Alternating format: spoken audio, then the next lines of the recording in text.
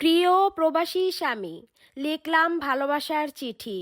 এই যে আসছে সামনের মাসে 14ই ফেব্রুয়ারি, এই প্রতি বছর একটা দিন আসে ভালোবাসা দিবস। আপনি তো কখনোই কোনো দিন মনে রাখার প্রয়োজন মনে করেননি। না দিয়েছেন এই পর্যন্ত একটি গোলাপ, না বলেছেন প্রেমের নতুন কোনো সংলাপ। তাহলে কি আপনি আমাকে ভালোবাসেন না? যদি ভালোবাসেন তাহলে আমি এত ডাকি তবু কেন দেশে আসেন না? এই ভালোবাসার দিনে কত জোড়ায় জোড়ায় রাস্তা দিয়ে ঘুরে, অনেকের বা হয়ে যায় পেটে বাচ্চা।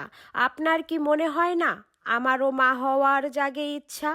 তাই তো আমি অভিমান নিয়ে বসে আছি, নিয়ে মনে ছোট্ট একটি আশা। আপনি বিকাশে পাঠাবেন আমার জন্য আপনার কিছু ভালোবাসা। অনুরোধ নয়, অবশেষে আপনার কাছে এটাই আমার দাবি।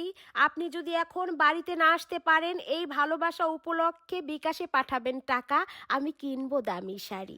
এখন এখানেই রাখি, ইতি আপনার বউ, ইহকাল ও পরকালের সাথী। I love you.